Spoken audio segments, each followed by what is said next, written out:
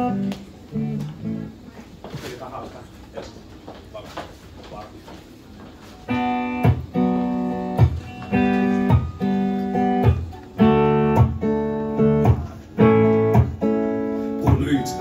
ja kaksi, ensimmäistä askeleesta asti kasvanut vapaasti, danssinut vakaasti pieni taimi, joka kasvaa edistyy, pitänyt selviytyy, sieltyy, syytäytyy, kehittyy, niin taas pystyy, vaan toimeen ryhtyy. Hymypäivässä on kun kukuat kylpyy, vääntävät kusipäät myrkkylystä myrkkyy. Mä oon vahva nyt, koska heikko kun syntyy.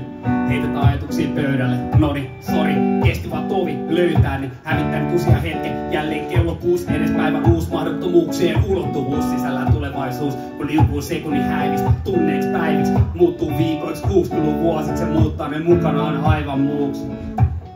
Aika on mennyt miettien, kuka olen.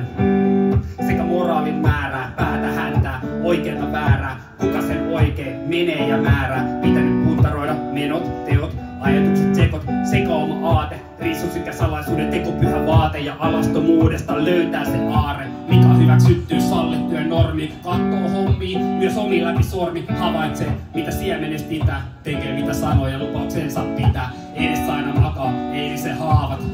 Pyrkinyt ottaa ne vuotamaan saavat, kun kohotaan hoi pilviä, poistutaan täältä yli ihmisten silmiä, jotka unholaan jäävät.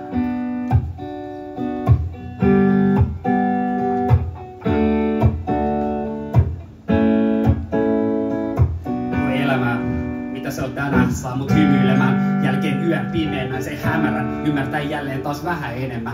Koska myrsky edessä, sitä päin on mentävä. Pidetään mielessä, meillä päin pimeyttä. Ei pelätä, siinä ollaan ja eletään. Siihen sopeudutaan, selätetään, klikataan valon päälle. Tai jäädä itse selälleen lepää. Mitä taas saa tehdä, kun ei vaan satuta ketään. Niin helpompi elää, kun olet kaunis.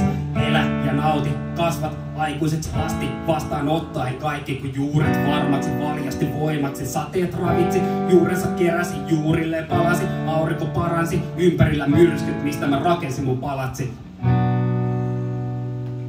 Jes, kiitoksia paljon. Näihin ajatuksiin.